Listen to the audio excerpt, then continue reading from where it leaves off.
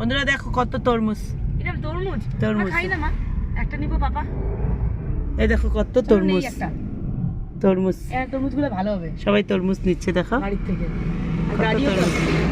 গাড়িতে করে নিয়ে যাওয়া যাবে। হ্যাঁ যাও নিয়ে আসো তো, কিনে আসবে। গাড়ি থামাও, গাড়ির লকটা খুলে দাও। এটা তো কোন দিকে, ওই দিকে খুলবি না। দেখে খুলবো তো না দেখে খুলে দে। হাই রোডে কত করে তরমুজ? হ্যাঁ 30 টাকা কেজি। কি হিসেবে নিব? কেজি বলতে একটাতে কটা হবে দেখেন দেখি, ভালো দেখে দেখেন। আবার ভিতরে আবার ইয়ে থাকবে তো, ভিতরে রক্ত লেখা লাল দেখি দেখাই। এই যে দেখো এদিকে আসো, একবারে ভিতরে রক্ত লেখা হবে। তাই হ্যাঁ লে এই যে তরমুজ, এটা নাও